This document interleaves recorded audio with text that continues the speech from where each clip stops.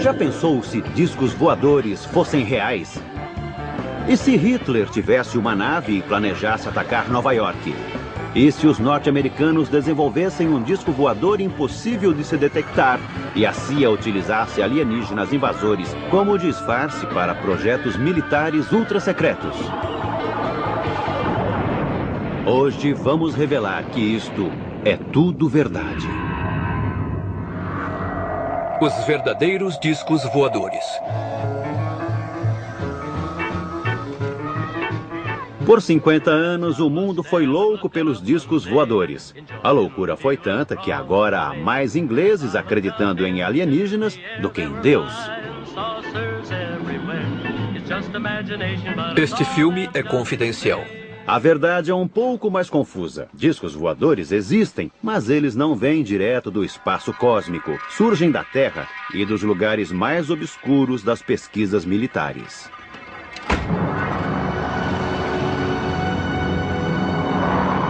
Tudo começou no ano de 1932 em Bucareste, quando este homem, um engenheiro de voo chamado Henry Coanda, fez uma extraordinária descoberta utilizando um objeto voador em forma de disco. Uma das primeiras pessoas a ver a experiência de Coanda foi Radu Manikatid, então um estudante da aeronáutica de 20 anos. O disco subiu até o teto e ficou lá. Achei aquilo magnífico. Isso nunca teria passado pela minha cabeça. Estamos acostumados com ideias mais comuns quando o assunto é voar. O jovem Radu tinha testemunhado o primeiro disco voador do mundo. E ele funcionava assim. Se lançarmos ar num objeto em forma de disco, seu curso seguirá as curvas da superfície deste objeto. O ar é literalmente sugado pela parte superior e circula por toda a parte inferior. Coanda achou que poderia diminuir a pressão da parte superior e aumentar a da inferior, provocando a levitação da aeronave. Isso ficou conhecido como efeito de Coanda. É o princípio da teoria de voo deste objeto. Era uma ideia muito simples, mas alguém precisava ter pensado nela antes. Então aconteceu algo que mudaria totalmente o curso de desenvolvimento do disco. Em 1939, a guerra explodiu, e por um longo período o mundo investiu em pesquisas de novas armas e maneiras de disseminá-las. Mas a simples ideia de Coanda estava prestes a ter sua vez. O chefe nazista de tecnologia, Werner von Braun, comandou o desenvolvimento de novas armas de seu quartel ultra-secreto em Peenemünde, na Alemanha.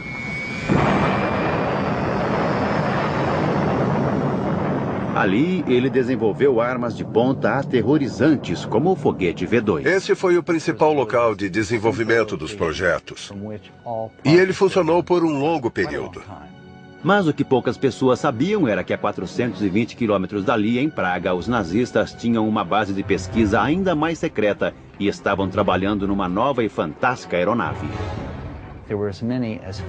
Existiam uns 15 protótipos. Eles construíam, testavam, descartavam e passavam para o seguinte. E quem era o parceiro para estes novos e assustadores projetos? Skoda.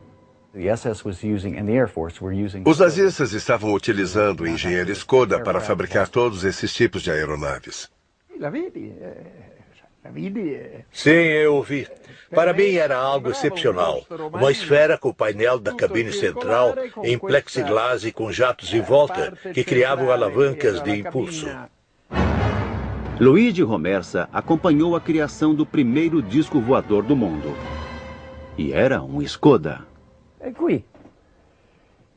Aqui dá para ver o piloto desenhado na cabine. Ele pilotaria os discos em pé.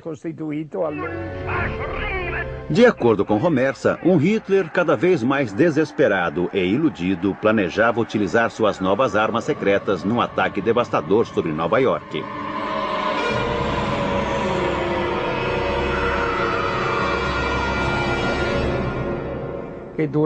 Certa vez, Hitler disse: Deus me perdoe pelos últimos 5 minutos da guerra. Ele queria utilizar as armas que havia desenvolvido. Isso nunca aconteceu, é claro. Os russos estavam avançando sobre Praga e enquanto a retaguarda alemã lutava desesperadamente nas ruas, os cientistas do plano secreto Skoda tentavam destruir as evidências de suas pesquisas. A pressão do inimigo estava insuportável. O campo de aviação foi detonado com dinamite e o disco explodiu com o resto do equipamento. Eles tiraram os discos de seus suportes e colocaram na pista. Aí detonaram com cargas explosivas, fazendo com que queimassem ali na pista na frente de todos. Os nazistas destruíram os discos, mas os cientistas que os construíram sobreviveram e passaram a ser disputados pelos vitoriosos aliados. Quem venceria a corrida pelos segredos dos inventores do disco voador?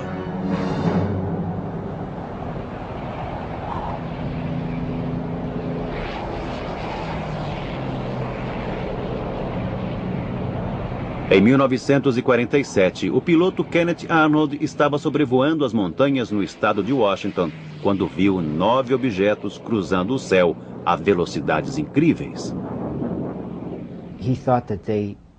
Ele achou que esses objetos faziam um movimento parecido aos discos que pulam na água. É uma analogia incomum, mas foi assim que o termo disco voador passou a existir. A visão de Arnold foi considerada um marco do nascimento da era do disco voador. Isso provocou não só furor na opinião pública, mas um frenesi estimulado pela paranoia. A inteligência norte-americana chegou a pensar em espionagem dos soviéticos. Porque nessa época estava começando a Guerra Fria. As forças aliadas estavam para ser quebradas. Os aliados da Segunda Guerra Mundial tornam-se inimigos. Uma cortina de ferro se fechou em volta da Polônia, Hungria, Iugoslávia e Bulgária. Em público, leste e oeste montaram um enorme espetáculo com seus melhores equipamentos bélicos, mas também existia uma guerra secreta, uma competição cruel para dominar a ciência e os cientistas nazistas.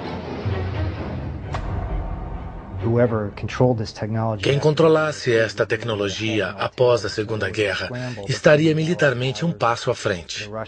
Russos, franceses e britânicos, antes unidos, agora lutavam entre si para obter essa tecnologia.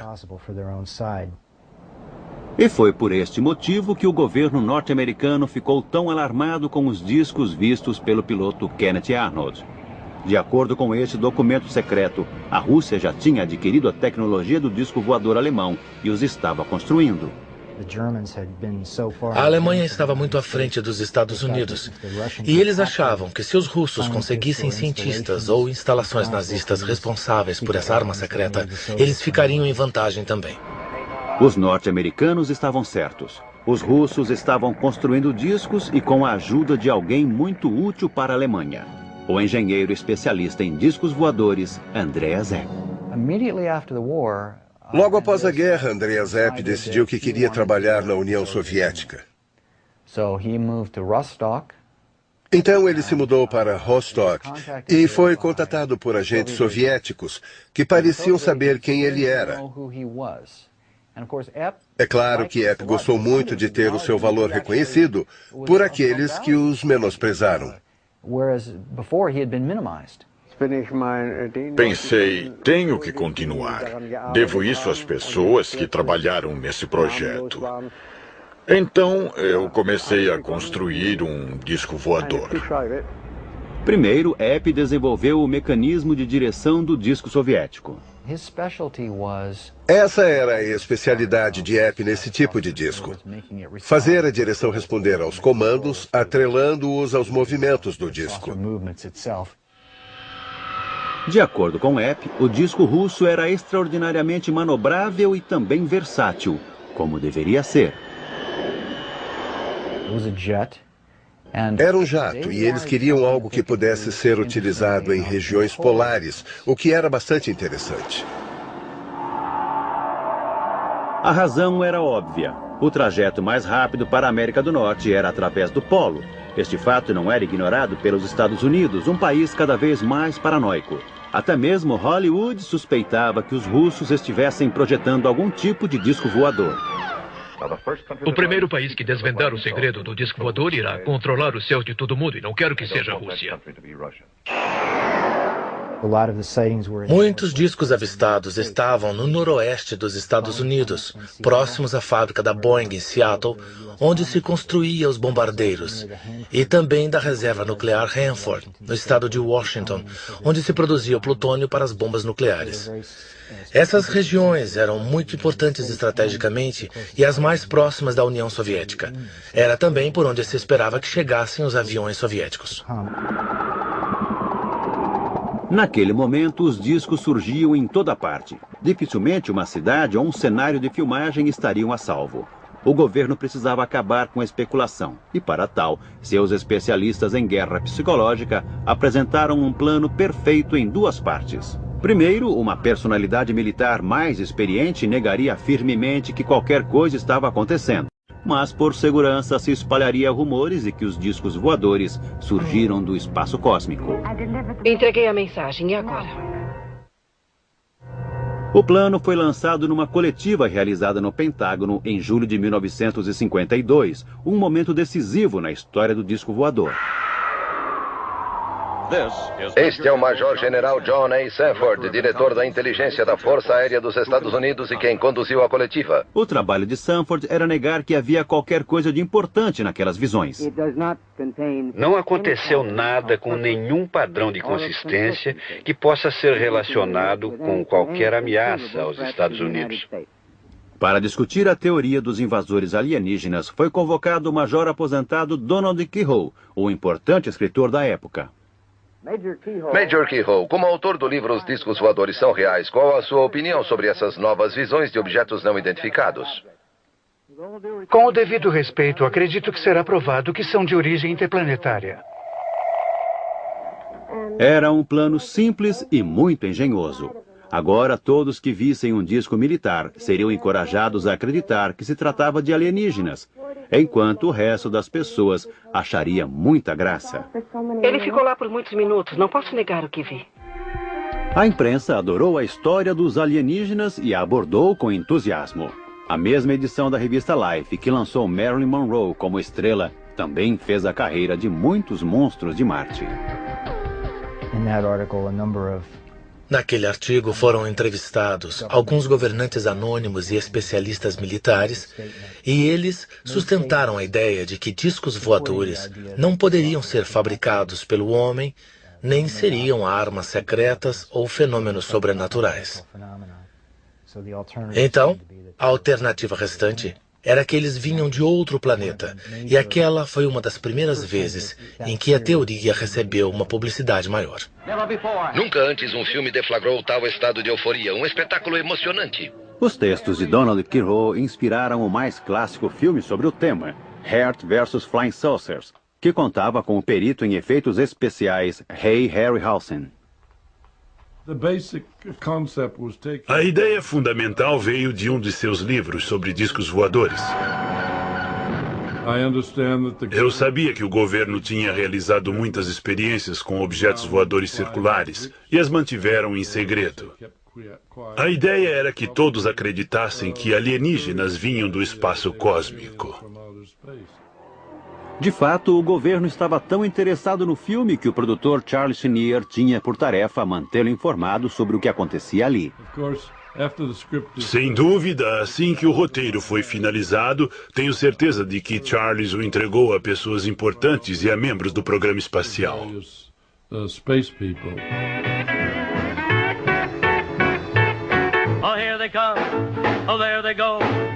Mas enquanto os cidadãos norte-americanos olhavam para o céu com graus diferentes de preocupação, os homens de preto enxergavam além.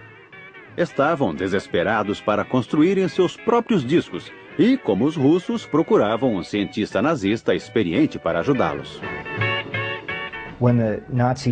Em 1945, quando os nazistas se renderam, o exército norte-americano estava preocupado que os cientistas alemães caíssem nas mãos dos soviéticos.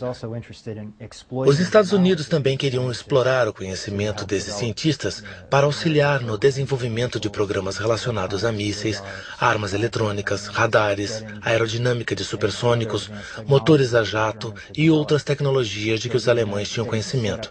Montaram um programa chamado Overcast Paperclip para reunir esses cientistas e trazê-los para os Estados Unidos. Em alguns aspectos, os norte-americanos se saíram muito bem. Eles arrebanharam o chefe de tecnologia nazista Wernher von Braun e o tornaram um valioso membro da organização militar. Conseguiram também informações sobre a tecnologia do foguete V2. Mas enquanto manuseavam seus novos brinquedos com muito mais entusiasmo do que habilidade, sabiam que havia uma enorme lacuna no novo arsenal. Eles não tinham os discos voadores alemães. É provável que a Força Aérea estivesse preocupada com o avanço dos russos e precisávamos ter o nosso próprio disco como uma resposta aos discos soviéticos. Então, num dia de 1957, aconteceu um golpe de sorte. E este, mais uma vez, envolvia o alemão Andreas Hepp, que agora morava no leste da Alemanha. Por algum motivo, ele não estava mais contente com a sua vida no leste da Alemanha. Não sei o que foi. Pode ter sido divórcio. Seja como for, ele foi parar no oeste. Ele atravessou a fronteira e disse: "Olá, aqui estou. Estava espionando para os soviéticos e quero dizer a vocês tudo o que sei." Os norte-americanos imediatamente o jogaram na prisão e começaram a interrogá-lo. E enquanto estava preso, Hepp começou a escrever e a desenhar de memória o que havia feito para os soviéticos, qual era o plano do disco soviético e para que ele seria usado. Com a ajuda de Andreas Hepp, o projeto do disco norte-americano pôde começar de verdade.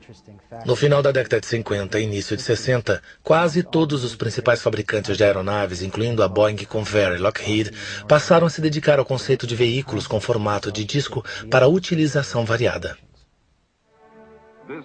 Esta é a divisão da Lockheed na Califórnia, um braço antigo do clã dos Lockheed e local de origem dessa família com asas. Lockheed estava se dedicando a projetos de discos para a Força Aérea dos Estados Unidos. Eles tinham um sistema de mecanismo central direcionado para baixo para que a aeronave decolasse na vertical, realizasse a transição para voo horizontal e alcançasse velocidades altas, podendo voar a milhares de metros, o que era muito avançado para a época. Os engenheiros da Lockheed estavam desenvolvendo um disco que utilizava um propulsor central a jato e um rotor para criar o efeito Coanda, ou o efeito do disco voador. Uma vez no ar, seu jato era redirecionado para que viajasse horizontalmente em velocidades supersônicas. Mas ela não foi a única corporação a se dedicar a essa tecnologia. A Convair era uma das principais companhias aéreas nos anos 50 e 60. Como a Lockheed, a Convair tinha projetos secretos e contava com a ajuda de uma personalidade, o astro de Hollywood, James Stewart. Fiquei lá quase um dia inteiro. Acredite, aquilo era uma aeronave tanto.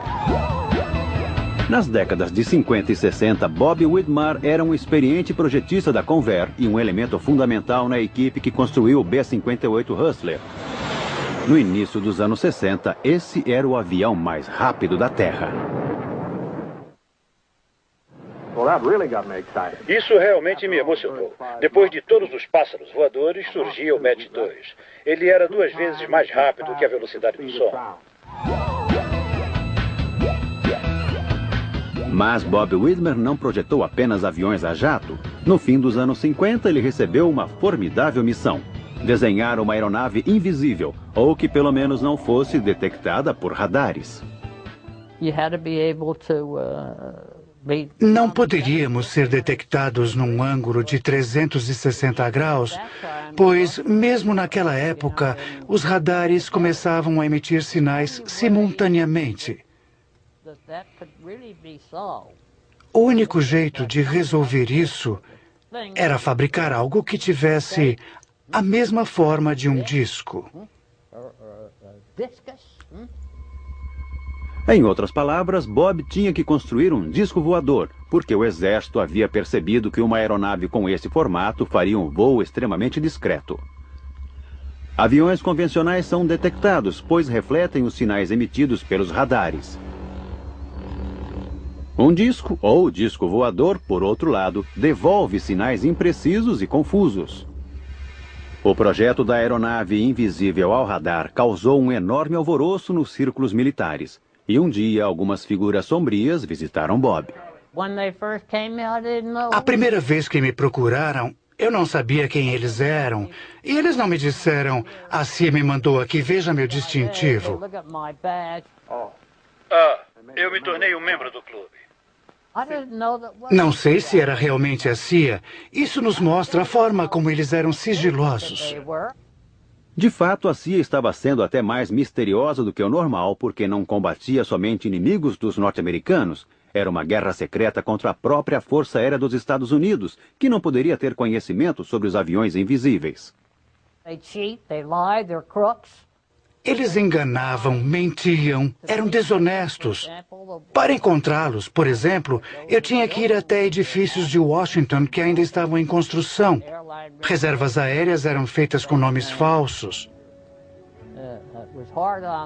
Era difícil para mim e para minha esposa. Pediam-nos para fazer essas coisas, mas tudo era um amontoado de mentiras. Chegamos ao ponto de não poder dizer mais o que era real, porque tudo era falso. Bob relutou, mas concordou. Desenhar um objeto em forma de disco imperceptível ao radar. Eu nunca faria isso novamente. Sofrer essa pressão, viver nesse clima falso. Não podíamos falar com ninguém, exceto em alguns lugares escolhidos por eles. Tudo era tão confidencial que não poderia existir nenhuma menção ou referência ao plano que levava o nome de Black Project, Projeto Negro. Tudo era muito estranho e misterioso. As coisas eram obscuras ao extremo. Vivíamos na extrema obscuridade. O projeto de Bob nunca veio a público e a CIA eliminou todos os seus registros e desenhos. Bem, eu acho que a nossa história termina assim. Ou não. Enquanto a CIA mantinha Bob na escuridão, outra aeronave estava sendo trazida à luz.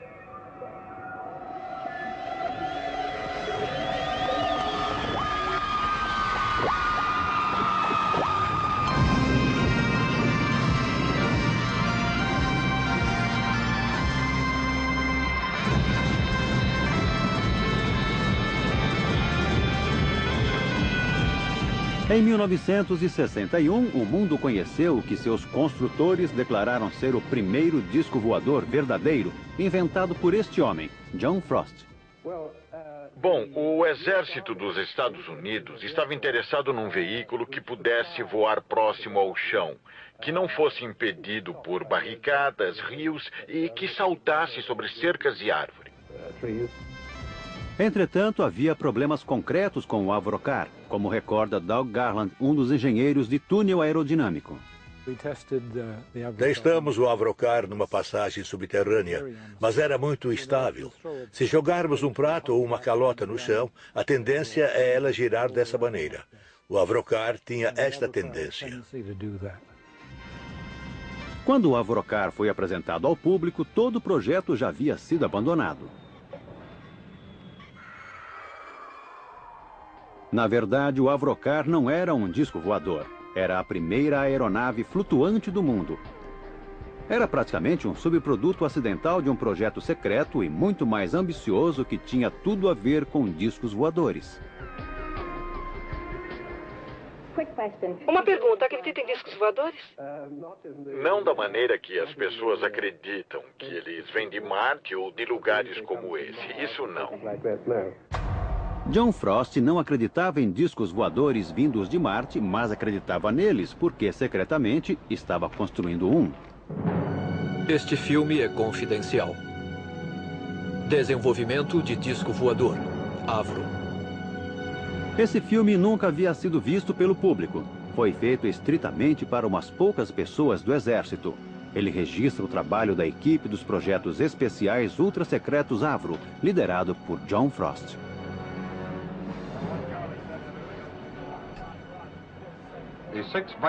O conjunto do motor Viper foi construído pela Avro Aircraft Limited para desenvolver o sistema de força de uma aeronave de plataforma circular. Ele é constituído por uma estrutura com 6 divisões, excluindo a asa externa, a cabine de comando, vias de entrada de ar e os controles de voo. Frost estava construindo um disco voador supersônico com a potência de um enorme jato. Seu codinome, Projeto Y, ou Sistema de Armas 606A. No final, eles perceberam que haviam conseguido um considerável avanço para o advento do disco voador. E também recorreram à tecnologia do disco alemão. John Frost tinha conhecimento das pesquisas sobre desenvolvimento de discos voadores realizadas pelos alemães na época da guerra. Elas eram possivelmente a base do que ele presenciou pelo mundo como sendo discos reais. Isso foi numa época em que a CIA estava financiando um projeto de disco com um conceito muito parecido com o que ele tinha em mente. O exército estava entusiasmado com a visão que Frost apresentou. O projeto secreto original demonstrava que o disco poderia voar mais alto e rápido do que qualquer outra aeronave ou sistema de armas até então disponíveis. Os documentos da Força Aérea sobre o objetivo do disco são ambíguos. Eles mencionam que ele poderia ser utilizado como um sistema de reconhecimento de armas especiais. Se tivesse o desempenho que a Avro achou que pudesse alcançar, o disco seria capaz de escapar de qualquer defesa e atacar impiedosamente qualquer outra aeronave. Entusiasmado, o exército injetou quantias enormes de dinheiro no projeto. O grupo de projetos especiais tornou-se com isso uma entidade. Conseguiram um lugar na área de teste de voos e começaram a se dedicar ao que Frost via como uma forma ideal, um disco voador completamente circular. Eu não tinha ideia de que pudesse existir algo como grupo de projetos especiais, porque tudo era considerado ultra secreto.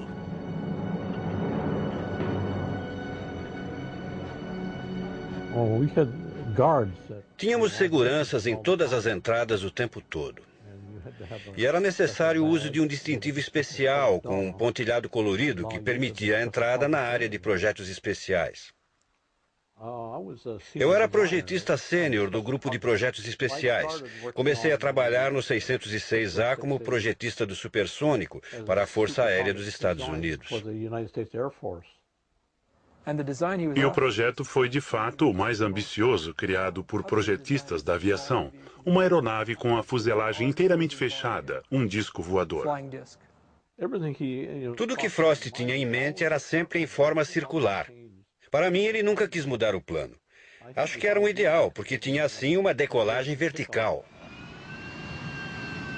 Mas, na verdade, o fantástico disco voador supersônico que Frost imaginara estava muito longe de se tornar realidade. Seu projeto era uma das utilizações mais autênticas do efeito Coanda e tinha 6 jatos potentes que aspiravam o ar sobre sua base. Isso possibilitava a levitação e o manejo do disco, mas não seria fácil nem seguro testar essa aeronave e seus 6 jatos potentes. Ray Takushi foi responsável pela construção de um equipamento de teste. Era uma forma com 6 lados, e então construímos o mecanismo sobre ele. Quero dizer, a parte interior do 606A com os motores potentes e também com o ventilador. Cada conjunto de rotação está condensado num anel superior e inferior de lâminas compressoras e um anel central de lâminas turbinadas. As lâminas turbinadas estão alinhadas num tubo de exaustão que está associado à estrutura fixa. Ken Lockwood foi outro engenheiro do grupo de projetos especiais. Eu era engenheiro de execução. Havia me dedicado a projetos supersônicos na Inglaterra. E quando fui chamado, eu não acreditava que o projeto fosse tão incomum. Cada divisão do motor Armstrong Siddeley Viper serve como um gerador para impulsionar a combinação do compressor turbinado de localização central. De fato, é uma aeronave com tamanho padrão, uma construção de concreto para testar os motores e os sistemas que se transformarão nos sistemas de armas 606A. Os discos tinham que ter um desempenho magnífico porque o motor era enorme. Produzia tanta propulsão que a aeronave poderia decolar verticalmente e, de acordo com os estudos, poderia voar numa velocidade de 3 a 5 mil quilômetros por hora. O ar entra no compressor e, após passar pela asa interna, é liberado por uma série de aberturas. Então veio o período de teste. O que estavam tentando fazer era deter uma das mais potentes aeronaves supersônicas já construídas. Era uma tarefa desafiadora. Como precaução, a parte do rotor foi fechada com um protetor de aço durante a operação. Quando John Frost ativou a potência máxima, o local foi evacuado. E havia uma ameaça iminente de tudo ir pelos ares. As células de combustível da aeronave poderiam explodir e tudo seria destruído. Foi um momento assustador. O motor ficou fora de controle e quase destruiu todo o projeto do disco. Todos desapareceram e foram se esconder atrás do prédio, exceto uma pessoa. Um dos engenheiros presentes no teste foi até o disco e simplesmente interrompeu a linha de combustível que vinha do motor. Depois disso, eles consideraram perigoso continuar e abandonaram tudo. O avião espião U-2 da CIA foi um Black Project, projeto negro clássico. Funcionou em absoluto sigilo por mais de 8 anos. E teria continuado em segredo até hoje se não fosse o dramático acontecimento em 1960, quando o piloto de U-2, Gary Powers, foi abatido na Rússia e detido por 2 anos até ser trocado por um espião russo. A própria CIA afirma que 50% das imagens de objetos voadores não identificados foram provocadas pelo U-2. O U-2 voou mais alto do que se acreditava que um avião pudesse voar. Não é de surpreender que a sua aparição, principalmente quando vista de outro avião, causasse tanto medo e admiração. Mas o fiasco do U-2 serviu para provar ao menos uma coisa. A não ser em caso de queda, a história de discos voadores alienígenas é um disfarce bastante eficiente para uma aeronave secreta em forma de disco. Pode-se manter a mentira por anos. Me assusta quando fala assim. O disco de Frost desapareceu na escuridão do sigilo oficial. E os observadores de OVNIs dos Estados Unidos fundaram uma organização.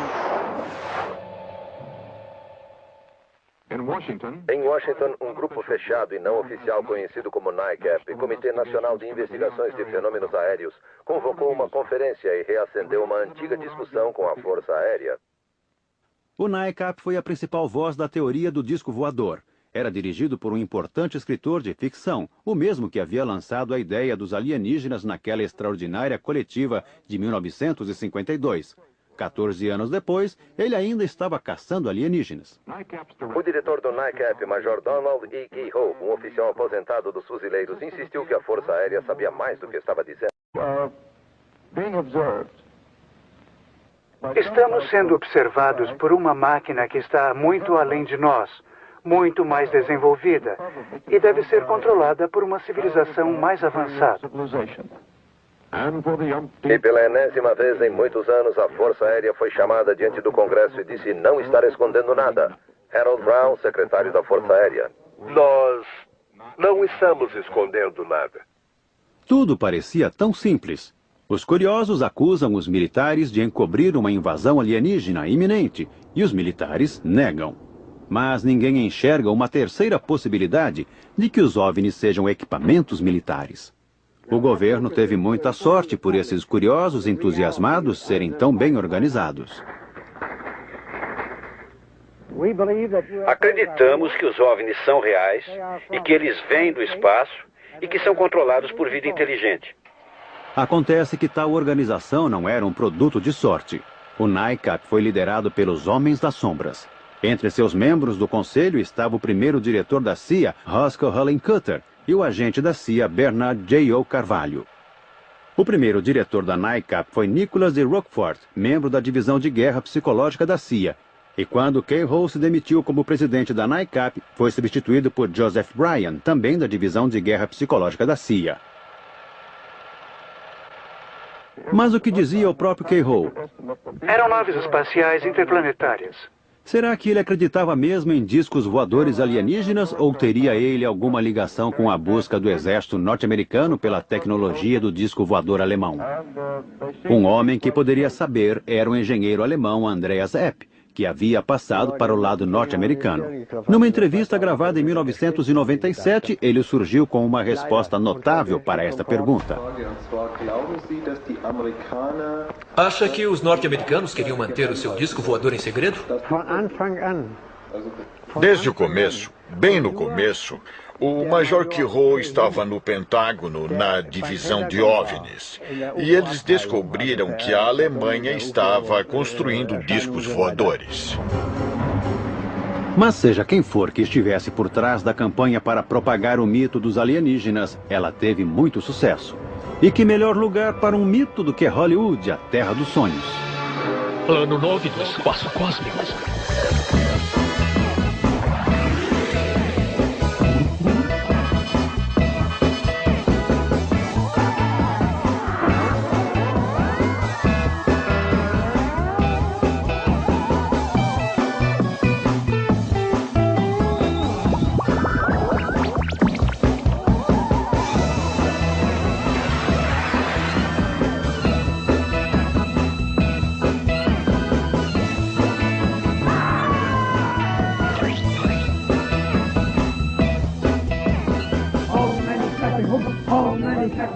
Isso até inspirou uma religião. Toda a nossa informação vem do nosso líder, que é um yogi e está em contato com uma inteligência espacial.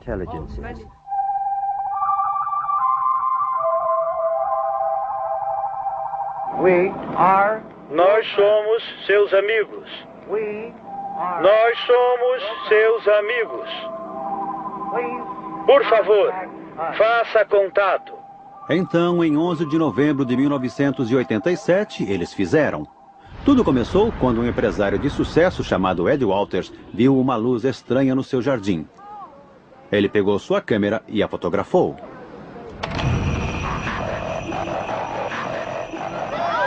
Foi a primeira de dezenas de aparições que viriam nos anos seguintes. Quando as fotos foram reveladas, elas mostravam algo que, com certeza, parecia ser discos voadores.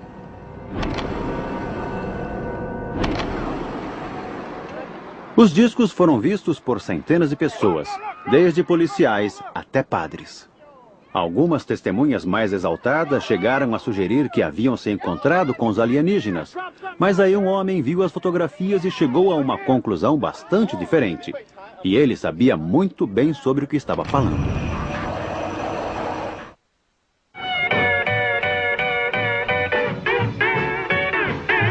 Gulf Breeze, Flórida. Há 17 anos, este foi o local de uma das mais constantes séries de aparições de discos voadores na história dos Estados Unidos. A maioria das centenas de pessoas que viram ficou convencida de que eram alienígenas, exceto um homem. Nem sempre que alguém diz haver algo, isso necessariamente significa que existe mesmo alguma coisa. As aparições precisavam atender a alguns critérios científicos para serem consideradas reais. Entretanto, em relação às aparições de Gulf Breeze, a configuração era tão nítida que era possível ver o que tinha dentro. E o que tinha dentro era luz e estava quente. E, além de tudo, as aparições tinham uma configuração circular. Boyd Bushman achou ter identificado o tipo de propulsor desses discos, e ele pôde perceber isso porque trabalhava com a mesma tecnologia.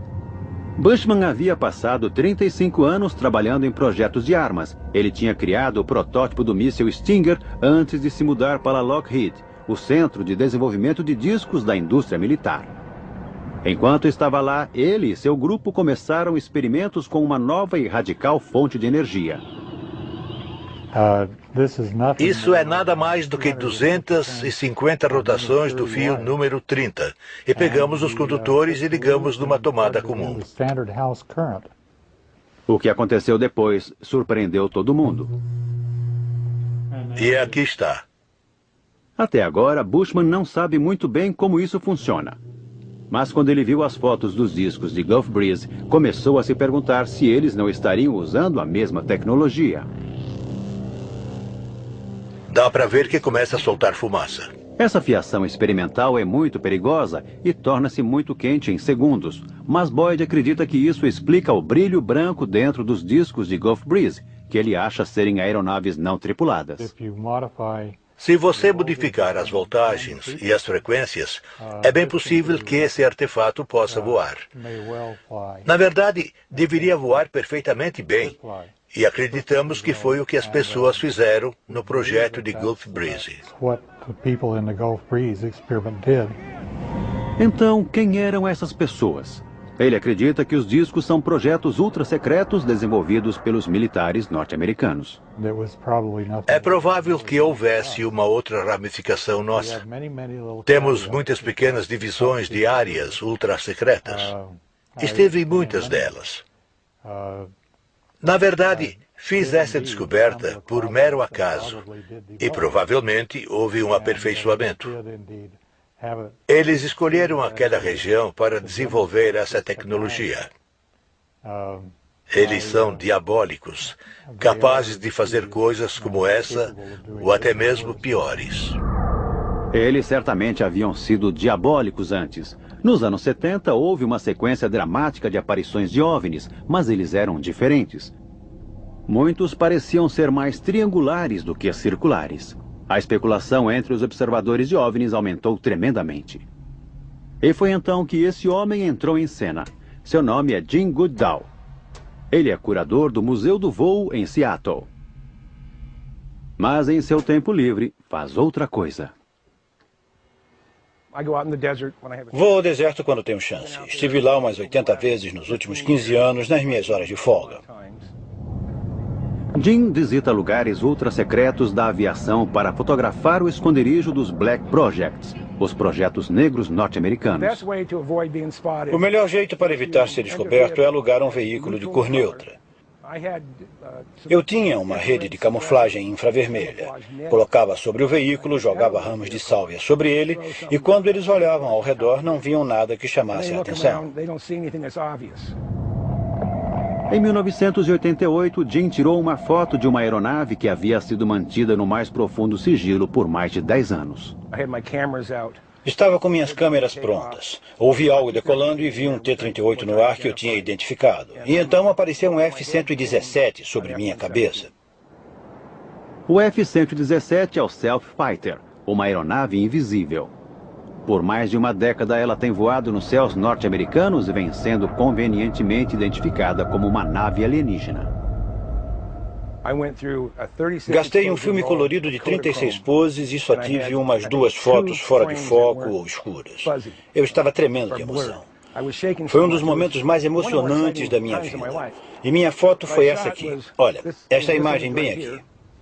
Com essa foto, Jim revelou a verdade sobre as imagens triangulares. Se você olhar um F-117 de frente, ele parece um disco voador. Então, muitos deles, se não conseguirmos identificá-los, se tornam OVNIs, objetos voadores não identificados. Nos anos seguintes, o número de aeronaves triangulares diminuiu, mas as aparições de objetos arredondados não.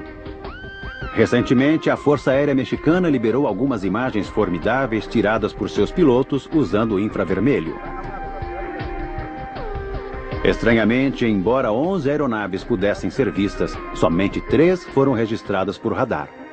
Então, teriam os verdadeiros alienígenas finalmente chegado? Ou teriam esses discos algo a ver com os militares norte-americanos? grande e querido amigo chamado Ben Rich substituiu Kerry Johnson na Lockheed. 10 dias antes de sua morte, eu estava conversando com Ben e ele disse: Jim, existem coisas no deserto que estão 50 anos além do que podemos compreender.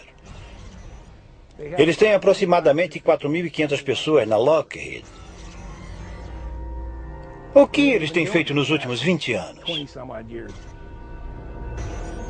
Estão construindo algo.